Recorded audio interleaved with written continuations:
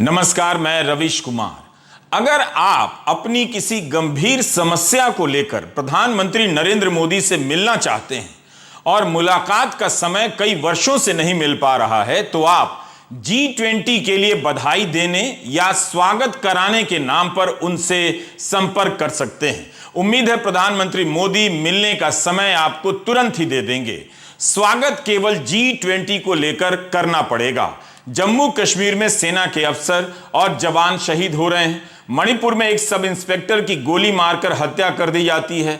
मैतेई समुदाय का एक संगठन बाकायदा पत्र लिखकर सेना पर आतंकवादियों से जुड़े होने का आरोप लगाता है। ऐसा कभी नहीं हुआ और ऐसा भी नहीं हुआ कि एक तरफ शहीद अफसर और जवान के परिजन अपने दुखों को संभाल नहीं पा रहे हैं, दूसरी तरफ G20 की तारीफ में डूबे प्रधानमंत्री मोदी अपनी खुशी संभाल नहीं पा रहे हैं। एक ही शाम की ये दोनों तस्वीरें हैं। पुलवामा की घटना के समय प्रधानमंत्री नरेंद्र मोदी डिस्कवरी चैनल के लिए रिकॉर्डिंग कर रहे थे, जिसे अब आप भूल भी चुके होंगे। अनंतनाग की घटना के कई घंटे बाद प्रधानमंत्री नरेंद्र मोदी बीजेपी दफ्तर में अपना स्वागत करवा रहे थे। अक्सर सेना को लेकर भावनाओं का राष्ट्रीयकरण और सैन्यकरण करने वाला गोदी मीडिया भी प्रधानमंत्री नरेंद्र मोदी से सवाल नहीं पूछ पा रहा है। गोदी मीडिया का बस यही काम रह गया है कि वह सेना जवानों की शहादत को लेकर राष्ट्रीय स्तर पर भावुकता पैदा करे, तब जब चुनाव हो, ताकि प्रधानमंत्री मोदी की राजनीति चमकती रहे। अगर उसे लगेगा कि अभी चुनाव नहीं है और दूसरे मुद्दों से भी यह काम हो सकता है, तो वह झट से सेना को लेकर जज्बाती होना बंद कर देता है। अनंतनाग में आतंकियों के साथ मुठभेड़ में शहीद हुए डीएसपी हुमायूं भट्ट को जिस वक्त उनके पिता अंतिम विदाई दे रहे थे, इस पिता के दुखों के करीब जाकर आप महसूस कीजिए। फिर पूछिए कि देश के लिए जान देने वाले इस अफसर के पिता के साथ क्या न्याय हुआ। जब आपने गोदी मीडिया के टीवी स्क्रीन पर इन तस्वीरों को कम बीजेपी के दफ्तर में फूलों की बारिश में डूब रहे प्रधानमंत्री मोदी का वीडियो ज्यादा चलता हुआ देखा होगा, तब क्या आपको लगा होगा कि न्याय हो रहा है। पिता गुलाम हसन भट्ट भी जम्मू कश्मीर पुलिस में आईजी के पद से रिटायर हुए हैं। इस घटना की खबर प्राइवेट समाचार एजेंसी ANI पर दोपहर 3:30 बजे से पहले आ गई थी। इसके बाद भी रात के वक्त बीजेपी के मुख्यालय में प्रधानमंत्री पर फूलों की वर्षा की जा रही थी। जम्मू कश्मीर के उपराज्यपाल मनोज सिन्हा हुमायूं भट्ट को श्रद्धांजलि देने गए थे। क्या प्रधानमंत्री नरेंद्र मोदी को उस शाम अपने स्वागत कार्यक्रम में बीजेपी मुख्यालय जाना चाहिए था, जिस शाम आतंकियों से मुठभेड़ में सेना के कर्नल मनप्रीत सिंह, मेजर आशीष ढोचक और पुलिस के अधिकारी डीएसपी हुमायूं भट्ट की शहादत हुई। उनके घर वालों ने जब गोदी मीडिया का कोई चैनल चलाया होगा, तो उन्हें स्क्रीन पर कौन दिखा होगा और क्या दिख रहा होगा। टेलीग्राफ अखबार का यह पहला पन्ना अपने आप में एक दस्तावेज है। यह पन्ना याद दिलाता है कि कभी दिल्ली के अखबार इतनी बेबाकी से प्रधानमंत्री और सरकार से सवाल किया करते थे, आखिर दिल्ली के अखबार इतना डरने क्यों लगे हैं। किसी ने नहीं पूछा कि जवान और अधिकारी शहीद हो रहे हैं। मणिपुर के चुराचांदपुर में आतंकवादियों ने एक सब इंस्पेक्टर को गोली मार दी। इन सब के बीच मोदी G20 को लेकर स्वागत क्यों करवा रहे हैं? किस बात का जश्न मन रहा है? ऐसा क्या हो गया है इस G20 से कि समाप्त हो जाने के बाद भी धन्यवाद और स्वागत के नाम पर कार्यक्रमों का आयोजन हो रहा है। जब हमारे साथी लड़ाई लड़ रहे थे और उनका बलिदान वो देश के लिए कर रहे थे, तो मुझे ये कहते हुए बड़े शर्मसार हो रहा हूं आज कि हमारे प्रधानमंत्री मोदी जी उस समय अपना महिमा मंडन अपने ही लोगों के द्वारा अपने ही बीजेपी के हेडक्वार्टर में अपना ही महिमा मंडन कर रहे थे और उन पर फूलों की बरसात हो रही थी, फूल मालाओं से उनका स्वागत हो रहा था। और वहां पर हमारे साथी गोलियों से छलनी हो रहे थे, हमारे साथी लड़ाई लड़ रहे थे, देश की सेवा में रत थे। मुझे वाकई में यह सोचकर आश्चर्य होता है कि हमारे प्रधानमंत्री जी, बीजेपी के कैडर्स, बीजेपी के प्रेसिडेंट और बीजेपी के सभी भक्त लोग, क्या उनको अपने देशभक्त सैनिकों का याद नहीं आया? क्या उनको ऐसा नहीं लगा कि उनके साथी जो है वहां पर देशभक्ति में बीजेपी हेडक्वार्टर के अंदर तो लीन है, मोदी भक्ति के अंदर, लेकिन उनकी सेना जो है वो वहां पे लड़ाई लड़ रही है? बुधवार को कैबिनेट की बैठक होती है जिसमें G20 शिखर सम्मेलनों की सफलता की सराहना करते हुए एक प्रस्ताव पारित हुआ। पीआईबी की तरफ से प्रेस रिलीज में इसके बारे में क्या लिखा जाता है उसके शब्दों पर भी ध्यान दीजिए। लिखा था कि कैबिनेट ने दुनिया में प्रगति और विकास को बढ़ावा देने के उद्देश्य से G20 की भारतीय अध्यक्षता को एक मजबूत दिशा देने में प्रधानमंत्री श्री नरेंद्र मोदी के अनूठे नेतृत्व की भी प्रशंसा की। अनूठा नेतृत्व, इसमें अनूठा क्या है? मजबूत नेतृत्व की जगह अनूठा नेतृत्व कब से इस्तेमाल होने लगा? क्या अब अजब नेतृत्व, अलबेला नेतृत्व, अद्भुत नेतृत्व और आदर्श नेतृत्व का भी इस्तेमाल होगा और अजीब नेतृत्व का भी इस्तेमाल होगा? G20 के आयोजन में अनूठा नेतृत्व क्या था? दुनिया भर के अखबार उठाकर आप देखिए G20 की सफलता पर क्या क्या लिखा जा रहा है। अलग अलग देश अपने नजरिए से देख रहे हैं और सवाल उठा रहे हैं। यहां इसे सफलता बताकर प्रस्ताव पास किया जा रहा है। बुधवार की घटना के बाद क्या वाकई प्रधानमंत्री नरेंद्र मोदी को अपने स्वागत कार्यक्रम और चुनावी बैठक में हिस्सा लेने जाना चाहिए था? यह बड़ा सवाल है। प्रधानमंत्री का वक्त कितना कीमती होता है? क्या वाकई प्रधानमंत्री के पास इन चीजों के लिए इतना वक्त है कि स्वागत और धन्यवाद कार्यक्रम में जाते रहें? आप देख सकते हैं कि रक्षा मंत्री राजनाथ सिंह भी कतार में खड़े हैं और प्रधानमंत्री का स्वागत कर रहे हैं। यह उस दिन की तस्वीर है जिस दिन सेना के 2 अफसर शहीद हुए हैं। बीजेपी ने प्रस्ताव पास किया और उसके कुछ देर बाद प्रधानमंत्री का स्वागत किया जाता है, फूलों की वर्षा की जाती है। इसके बाद यहां चुनावी तैयारियों को लेकर बैठक होती है जिसमें प्रधानमंत्री मोदी हिस्सा लेते हैं। ब्राजील G20 का अध्यक्ष बन गया है, मगर भारत में अभी भी इसके कार्यक्रम इस तरह से चल रहे हैं जैसे G20 खत्म नहीं हुआ है। जिस तरह की खुमारी यहां दिख रही है, कहीं प्रधानमंत्री नरेंद्र मोदी ब्राजील ना पहुंच जाएं और वहां के प्रधानमंत्री लूला दा सिल्वा से कह दें कि जनाब आप अपने देश का काम देखते रहिए, हम आपके देश के लिए G20 का काम देख लेंगे। हमसे अब G20 के अलावा दूसरा काम नहीं हो सकता। लूला को भी लगेगा कि G20 की अध्यक्षता वापस भारत को ही सौंप देते हैं। वहां की सरकार इवेंट मैनेजमेंट कंपनी में बदल चुकी है, वही इसका आगे भी आयोजन कराती रहे। यह अजीब सा हो गया है। सेना के अफसर और जवान शहीद होते हैं, क्या प्रधानमंत्री मोदी को तब भी ट्वीट नहीं करना चाहिए? क्या वे तभी ट्वीट करेंगे जब लोकसभा का चुनाव नजदीक होगा? उन्होंने अनंतनाग की घटना पर एक ट्वीट तक नहीं किया। अनंतनाग से पहले मंगलवार को राजौरी में राइफलमैन रवि कुमार आतंकियों से मुठभेड़ में शहीद हो गए। राजौरी में सेना का एक बहादुर कुत्ता केंट भी शहीद हो गया। इसी 3 सितंबर को अनंतनाग में आतंकियों से मुठभेड़ में 3 जवानों की शहादत हुई। मीडिया रिपोर्ट के अनुसार इस साल अब तक सेना और पुलिस के 17 जवानों और अधिकारियों की मौत हो चुकी है। 2020 से 2023 के जनवरी के बीच सेना के 135 जवान मारे जा चुके हैं। इसी अंतराल में 115 आम नागरिकों की भी मौत हुई है। पिछले साल संसद में सरकार ने एक लिखित जवाब में कहा कि 2020-21 के दौरान आतंकवाद की 437 घटनाएं हुई थीं। 104 सुरक्षा बल मारे गए। धारा 370 हटाने के बाद आतंकवाद की यह सच्चाई आपके सामने है।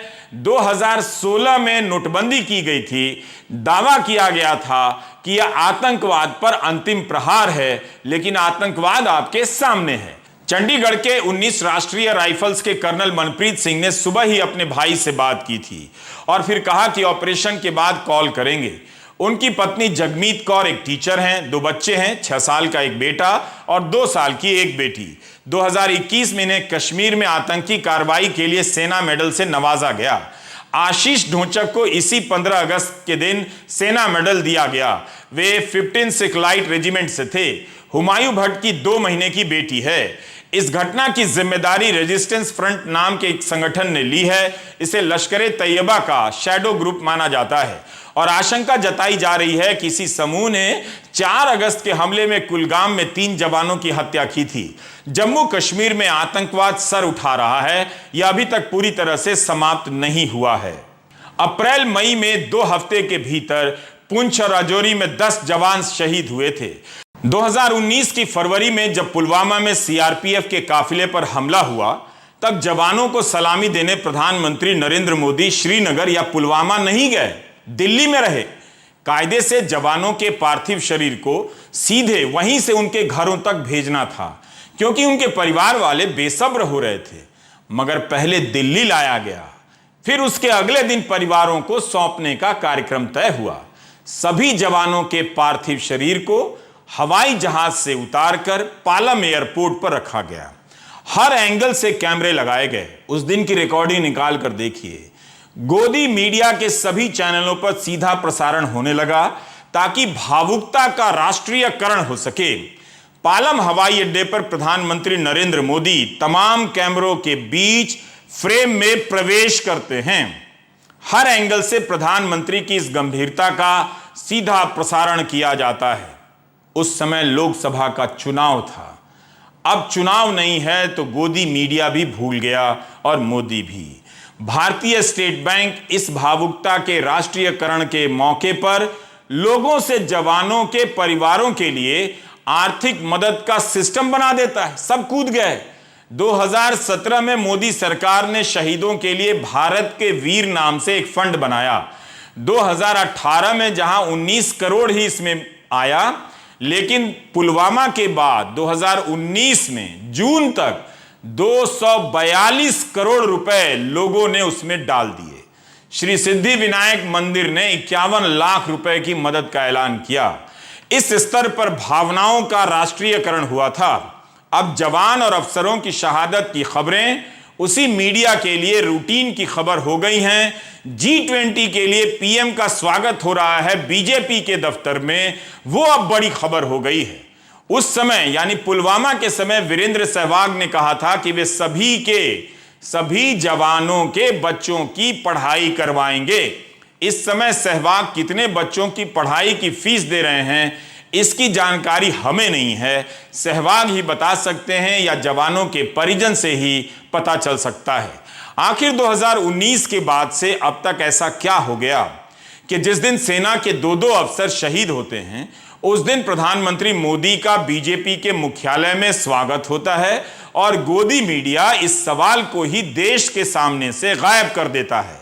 पुलवामा के समय की रिपोर्ट पलट कर देखिए।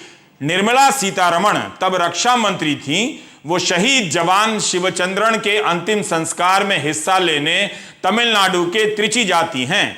त्रिची एयरपोर्ट पर निर्मला सीतारमण के अलावा कौशल विकास मंत्री अनंत कुमार हेगड़े भी थे।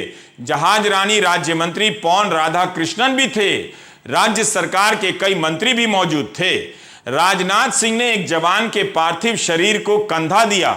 तब राजनाथ सिंह गृह मंत्री थे, अब रक्षा मंत्री हैं। उस समय के मानव संसाधन विकास मंत्री सतपाल सिंह मेरठ के गांव गए शहीद जवान के अंतिम संस्कार में हिस्सा लेने के लिए। उस समय इन भावनाओं का राष्ट्रीयकरण और सैन्यीकरण इतना व्यापक किया गया कि बीजेपी का सांसद हो या मोदी सरकार का मंत्री, सब अंतिम संस्कार में शामिल होना चाहते थे, कैमरे के ठीक सामने रहना चाहते थे। अब वही गोदी मीडिया G20 और सनातन धर्म को लेकर भावनाओं का राष्ट्रीयकरण और धार्मिककरण कर रहा है। वह महंगाई को राष्ट्रीय मुद्दा नहीं बनाता है। धर्म से जुड़ा कोई भी मुद्दा आ जाए उसका राष्ट्रीयकरण करने लग जाता है। जब तक प्रधानमंत्री मोदी की राजनीति के लिए भावुकता पैदा हो सकती है, गोदी मीडिया सेना का सबसे बड़ा समर्थक बना रहता है और सेना के कई रिटायर्ड अधिकारी प्रधानमंत्री मोदी का समर्थक बनकर गोदी मीडिया के स्टूडियो में जमे रहते हैं। क्या आप में से किसी ने इन लोगों को मणिपुर की इस घटना पर सवाल करते देखा है कि आतंकवादियों से लड़ने वाली भारत की सेना पर कोई भी लिखित रूप में बयान कैसे जारी कर सकता है कि उसकी आतंकवादियों से मिली भगत है? यह कभी नहीं हुआ इस देश में। गोदी मीडिया की चुप्पी तो समझ आती है, मगर बीजेपी के प्रवक्ता कैसे चुप हैं? मैतेई समुदाय के एक बड़े संगठन कोकोमी ने कहा है कि भारतीय सेना, एडिटर्स गिल्ड ऑफ इंडिया और कथित चिन कुकी नार्को टेररिस्ट समूह टीएलएफ के बीच गहरा गठजोड़ है। सीधे सेना पर आतंकियों से मिले होने का आरोप लगाया जा रहा है और मीडिया में कोई शोर नहीं, प्रधानमंत्री का कोई बयान नहीं। कहा गया है कि सेना एडिटर बॉडी को प्रभावित करके रिपोर्टिंग करवा रही है और नार्को टेरर फंड से उनकी ट्रिप को स्पॉन्सर करवाया जा रहा है। यह कितना गंभीर आरोप है। पत्र में लिखा गया है कि आतंकी संगठन और सेना के बीच संबंधों को लेकर कोई संदेह ही नहीं। कोकोमी ने कहा कि इन तीनों को फर्जी रिपोर्ट, मैतेई लोगों के साथ भेदभाव और उन पर हुए हमलों के लिए जिम्मेदार ठहराया जाना चाहिए। भारतीय सेना ने एडिटर्स गिल्ड पर अपने प्रभाव का इस्तेमाल कर ऐसी रिपोर्ट बनवाई है जिसमें तथ्य गलत हैं, पूर्वाग्रह भरा हुआ है। ऐसा इस देश में कभी नहीं हुआ कि आतंकवादियों से मिली भगत का आरोप इस देश की सेना पर लगा हो, गोदी मीडिया चुप रह गया हो और प्रधानमंत्री नरेंद्र मोदी का एक लाइन का बयान नहीं आया हो। अगर इसी तरह की एक अनाम चिट्ठी कश्मीर से मिल गई होती तो गोदी मीडिया के एंकर आंखें फाड़कर और गला फाड़कर चिल्लाने लग जाते। मगर अब सवाल तक नहीं पूछ पा रहे हैं कि कोई संगठन भारत की सेना पर इस तरह के आरोप कैसे लगा सकता है। एनआईए कहां है? पत्र लिखने वाले संगठन के सदस्यों पर यूएपीए क्यों नहीं लगाया जाता है?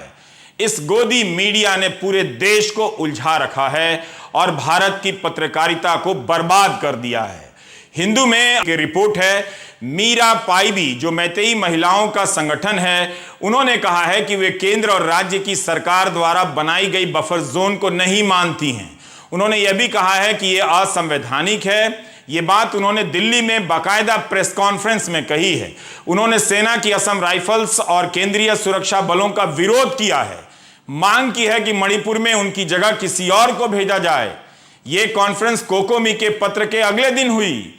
उनकी नेता ने कहा कि अगर 60,000 सुरक्षा बल शांति नहीं ला सकते तो सरकार को तुरंत सबको वापस बुला लेना चाहिए। मणिपुर में ऐसे हालात हैं, लेकिन गोदी मीडिया की बहस से मणिपुर गायब है, क्योंकि वह बहस ही तभी करता है जब प्रधानमंत्री मोदी से सवाल नहीं पूछना होता है। इसी मंगलवार को मणिपुर के कोंगपोकपी में 3 कुकी व्यक्तियों की हत्या कर दी गई।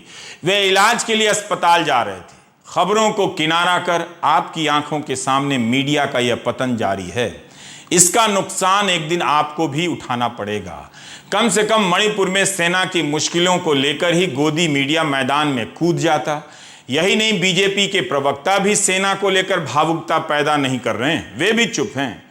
सेना के नाम पर न जाने कितने लोगों को इस देश में देशद्रोही बना दिया गया इन चैनलों के द्वारा। मगर अब जब सेना पर आतंकवादियों से मिली भगत के आरोप लगाए जा रहे हैं, तब गोदी मीडिया और बीजेपी के प्रवक्ताओं को देशद्रोही याद ही नहीं आ रहा है। अब यह खबर देखिए, भाजपा के 23 विधायकों ने राज्य की भौगोलिक संप्रभुता को बनाए रखने के लिए एक प्रस्ताव पर दस्तखत किए हैं। दिल्ली सरकार से अनुरोध किया है कि हालात का जल्द से जल्द कोई निवारण किया जाए। मणिपुर विधानसभा में सदस्यों की संख्या 60 है। भौगोलिक अखंडता को लेकर केवल 23 दस्तखत ही हो पाए हैं, बाकी 37 यानी बहुमत ने दस्तखत नहीं किए हैं। मुख्यमंत्री एन बीरेन सिंह भी दस्तखत नहीं करने वालों में शामिल हैं। तो कितना कुछ है जिसके आधार पर कोई भी सामान्य नागरिक यह सवाल पूछ सकता है कि प्रधानमंत्री नरेंद्र मोदी जी, आप मणिपुर क्यों नहीं जा रहे हैं? मई के महीने से वहां हिंसा हो रही है। कई बार विपक्ष ने आरोप लगाया कि प्रधानमंत्री क्यों नहीं जा रहे हैं, जाना चाहिए, फिर भी प्रधानमंत्री नहीं जा रहे हैं। संसद में बताया गया कि दिन में कई बार मणिपुर की जानकारी लेते हैं, प्रधानमंत्री बहुत नजर रख रहे हैं, लेकिन मणिपुर के हालात तो वही के वही हैं। सुधार का नामो निशान नहीं दिखता। प्रधानमंत्री की राजनीति इवेंट के आसपास घूमती जा रही है। वे इवेंट मनाने का कोई मौका नहीं छोड़ते हैं। इवेंट यानी कार्यक्रम, आयोजन, और हर मौके को इवेंट में बदल देते हैं। इसमें जनता का कितना पैसा अभी तक फूंका गया है जिले जिले में, इसका हिसाब किसी दिन हो गया तो जनता हैरान रह जाएगी। स्वागत प्रधानमंत्री की राजनीति का अभिन्न अंग बन गया है। विदेश यात्रा पर जाते हैं तो वहां पर भारतीय मूल के लोगों को लाया जाता है स्वागत के लिए। ये खुद से आते हैं या किसी के दबाव में आते हैं, आने जाने का खर्चा कौन देता है, यह सब सवाल है जिसके जवाब हमारे पास नहीं। मगर हर दौरे पर एयरपोर्ट पर कुछ लोग हाथ हिलाने पहुंच जाते हैं और उनके स्वागत से प्रधानमंत्री गदगद नजर आते हैं। बीजेपी बताती है कि विदेशों में बड़ा नाम हो गया है। विदेश यात्रा से लौटने के बाद भी स्वागत होता है। कई बार तो बीजेपी के सामान्य कार्यकर्ताओं को सुबह सुबह एयरपोर्ट पहुंचना पड़ता है और उन्हें वहीं पर स्वागत करना पड़ता है। ऐसा लगता है कि बीजेपी के अध्यक्ष जितना पीएम को नजदीक से नहीं देखते होंगे, उनसे कहीं ज्यादा एयरपोर्ट पर स्वागत करने वाला बीजेपी का कार्यकर्ता प्रधानमंत्री नरेंद्र मोदी को देख लेता होगा। चंद्रयान की कामयाबी के बाद सीधे बेंगलुरु पहुंच गए और वहां भी स्वागत का आयोजन करवाया गया। भारत के प्रधानमंत्री को एक स्वागत मंत्रालय बना लेना चाहिए। इस स्वागत मंत्रालय के पास काम की कमी कभी नहीं होगी। जब प्रधानमंत्री मोदी विदेश यात्रा से लौटेंगे तब सुबह सुबह बीजेपी के कार्यकर्ताओं को जुटाकर उनसे स्वागत करवाने का काम इस मंत्रालय का होगा। स्वागत मंत्रालय चाहे तो चुनावी रैलियों से दिल्ली लौटने पर भी बीजेपी के कार्यकर्ताओं को एयरपोर्ट भेज दे कि जाइए प्रधानमंत्री जी दिल्ली आ रहे हैं, उनका स्वागत कीजिए। अनंतनाग की घटना को लेकर तमाम आलोचनाओं को सिरे से झटक कर प्रधानमंत्री मोदी मध्य प्रदेश पहुंच गए, क्योंकि वहां चुनाव होने वाले हैं। यहां प्रधानमंत्री मोदी रोड शो कर रहे हैं। आप पता कीजिए जिला प्रशासन से कि कितना पैसा खर्चा हुआ इस रोड शो पर। प्रधानमंत्री के पास रोड शो के लिए इतना सारा वक्त है, मणिपुर जाने के लिए जरा भी नहीं। यही नहीं, प्रधानमंत्री मोदी के सभी कार्यक्रम चाहे सरकारी हो या राजनीतिक, भव्य और आलीशान होते हैं। इंतजाम देखकर ही लग जाता है कि बहुत सारा पैसा खर्चा हुआ होगा। सब कुछ प्रधानमंत्री मोदी के इर्द गिर्द घूमता जा रहा है। उनका जन्मदिन भी एक राष्ट्रीय दिवस बन गया है। संसद के नए भवन का उद्घाटन हुआ, आप सभी ने इसका सीधा प्रसारण देखा, आयोजन देखा, इवेंट देखा। मगर यह कहीं नहीं लिखा है कि उद्घाटन हो जाने के बाद और कार्यक्रम नहीं होंगे। विश्वकर्मा पूजा और प्रधानमंत्री के जन्मदिन के अवसर पर संसद के नए भवन में अब झंडारोहण होगा। कोई ना कोई बहाना या कारण निकल ही आता है इवेंट करने का, कार्यक्रम या भव्य आयोजन करने का। जानने का सवाल यह है कि प्रधानमंत्री मोदी के कार्यक्रमों के इवेंट का ठेका किस कंपनी को मिलता है। कोई एक ही कंपनी है या अलग अलग कंपनियों को इसका अनुभव प्राप्त हो रहा है। 31 दिसंबर 2016 को हमने इंडियन एक्सप्रेस में एक लेख लिखा था। इस लेख का शीर्षक आपको आज याद दिलाना चाहता हूं, वेलकम द इवेंटोक्रेसी ट्रैक्ड बाय कॉमेडिया। इसमें लिखा था कि डेमोक्रेसी का यह नया स्वरूप है इवेंटोक्रेसी। जो कुछ भी है इवेंट है और इवेंट से बाहर कुछ भी नहीं। चाहे किसी नीति की घोषणा हो या किसी आयोजन का समापन, प्रधानमंत्री को अवतार की तरफ पेश करने के लिए भव्य इवेंट का आयोजन हो रहा है। इवेंट में सब शानदार होता है। आपको याद होगा कि ओलंपिक से पदक जीतकर आने वाले खिलाड़ियों को प्रधानमंत्री ने अपने निवास पर बुलाया, उसकी बहुत शानदार रिकॉर्डिंग कराई और एडिटिंग भी। बाद में जब यही खिलाड़ी अपने खिलाफ छेड़खानी को लेकर धरने पर बैठी तो प्रधानमंत्री अपने ही घर के इस इवेंट को भूल गए, क्योंकि उनके पास दूसरे कई सारे इवेंट हैं और उन्हें पैदा कर देने की क्षमता है। यही इवेंटोक्रेसी है और प्रधानमंत्री मोदी भारत के चीफ ऑफ इवेंट हैं। महंगाई बढ़ती रहे, जनता की कमाई घटती रहे, मगर प्रधानमंत्री के कार्यक्रमों की भव्यता में कोई कमी नहीं आती है और वे उसी भव्य कार्यक्रम में सादगी पर लेक्चर देते हैं, अध्यात्म की बात करते हैं। जिस कार्यक्रम के आयोजन को इतना भव्य और महंगा बनाया जाता है, इसके बजट को जब आप समझ पाएंगे 20 साल बाद, तो संवेदनशीलता का निशान तक नजर नहीं आएगा। जिस देश में 80 करोड़ लोगों को खिलाने के लिए मुफ्त अनाज योजना लॉन्च की जाती हो, उस देश के प्रधानमंत्री के कार्यक्रमों पर प्रशासन और पार्टी ने कितने पैसे लुटाए, इसका कोई हिसाब नहीं। इन कार्यक्रमों में क्रूरता के साथ पैसे खर्च किए जाते हैं।